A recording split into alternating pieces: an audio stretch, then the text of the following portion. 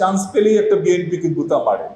একই সাপের নাকি দুই মুখ, একটা আওয়ামী লীগ আর একটা বিএনপি। আগে ছাত্রলীগ ছিল, এখন ছাত্রদল। ছাত্রলীগ কি করেছে আর ছাত্রদল কি করছে দেখে যান। গুন্ডারা গুন্ডা খুঁজবে, খুনিরা খুনি খুঁজবে, ধর্ষণকারীরা ধর্ষণকারী খুঁজবে। এই তো আমাদের মেধাবীরা, আমাদের গ্রামাঞ্চলে যে মেধাবীরা, তারা কিন্তু এখন খুব একটা এগুতে পারছে না। এক সময় বাংলাদেশের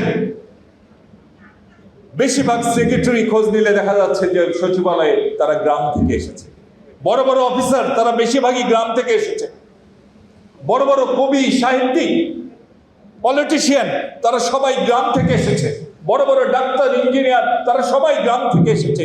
কিন্তু শিক্ষার বাণিজ্যিককরণ এবং নগরায়নের যে আজকে দুঃখজনক প্রচেষ্টা অব্যাহত চলছে, তাতে কিন্তু আমাদের গ্রামের ট্যালেন্টরা না হারিয়ে যায়।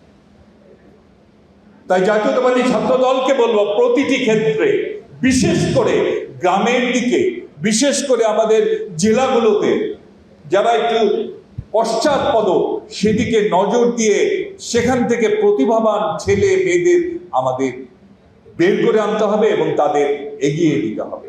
কারণ ছাত্রদলই তো ট্যালেন্টের মূল্যায়ন করবে। এর আগেও তো ছাত্র সংগঠন ছিল, কিন্তু ওই যে রতনে রতন চেনে, আর একটা বিশেষ প্রাণী, রমজান মাসের নামটা না নেওয়াই ভালো, একটি বিশেষ প্রাণী সে চেনে কচু। সুতরাং ছাত্রদল ট্যালেন্ট খুঁজবে, আর অন্য সংগঠন তারা খুঁজবে কি? গুন্ডারা গুন্ডা খুঁজবে, খুনিরা খুনি খুঁজবে, ধর্ষণকারীরা ধর্ষণকারী খুঁজবে। এই তো। হ্যাঁ, যারা বলে, একটি মহল বলে বেড়ায় যে একই সাপের দুই মুখ, বলে বেড়াচ্ছে, তাই না? একই সাপের নাকি দুই মুখ, একটা আওয়ামী লীগ আর একটা বিএনপি। যারা এই কথা বলে তাদেরকে বলবো, আসেন এই টিএসসিতে আসেন, দেখে যান। আগে ছাত্রলীগ ছিল, এখন ছাত্রদল। ছাত্রলীগ কি করেছে আর ছাত্রদল কি করছে দেখে যান। দেশে গণতন্ত্রটা ফিরিয়ে আনা যায়, কিন্তু অনেকের তো মুখ দেখে ঠিক থাকে না, চান্স পেলেই একটা বিএনপিকে গুতা মারে।